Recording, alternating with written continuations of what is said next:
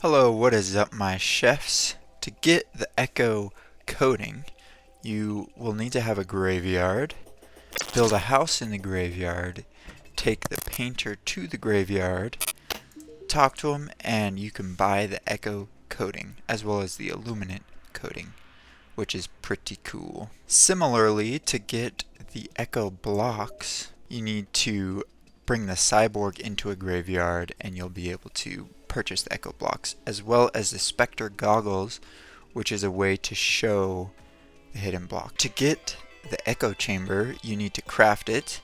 It's a pretty simple recipe. You simply need a heavy workbench, 20 echo blocks, 6 wire, and 10 gray brick, and you'll be able to craft the echo chamber. Now let's take a look at how these are used. Before echo blocks, to have something be floating, you had to use teleporters and basically create a glitch by hammering the bottom teleporter and it floats.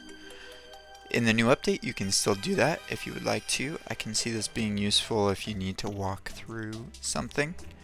But echo blocks has a lot more usage, which is nice. So this table is floating on echo blocks.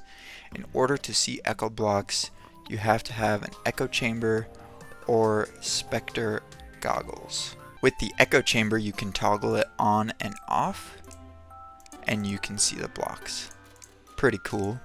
The echo chamber can also be toggled using levers or any wiring mechanics, which is pretty cool. I could see this being super useful for adventure maps where if a player gets to a certain area, they unlock a new building or something along those lines. Possibilities are basically endless.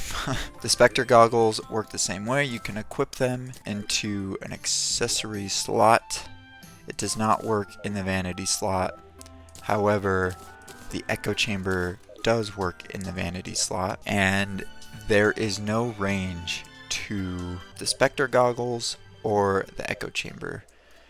If they're active, then it basically, you have unlimited range to see all echo blocks. Like I mentioned before, there are literally limitless possibilities with this. Mainly, I would say they are building related, but you can do whatever you want with them. You could even build a house straight out of echo blocks. I mean, they themselves look pretty cool.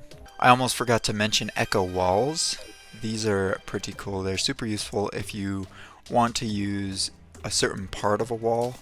For example, like this large bamboo looks really nice, but not when it's by itself. However, if you put it with echo blocks, it looks like a single block rather than this super wide thing, which is super cool. So when you activate echo blocks, that is what it looks like. So there's that. An alternative to just using echo blocks and walls is there is echo coating, which also is activated by the echo chamber and specter goggles. As you can see, I've painted an area like this, and I will show you what it looks like when you paint it. It acts as if the block is not there, which is really interesting. And I can see that being used for a couple of different reasons.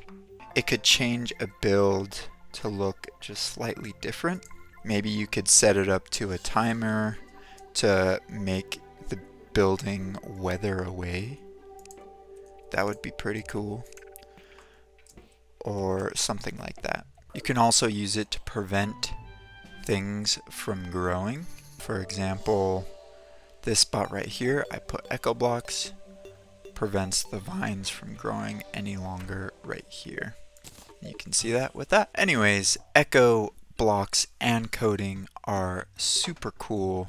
I am super excited for the limitless possibilities with them. If you have any questions, let me know in the comments and I will try and answer them to the best of my ability. And I'll see you in the next one.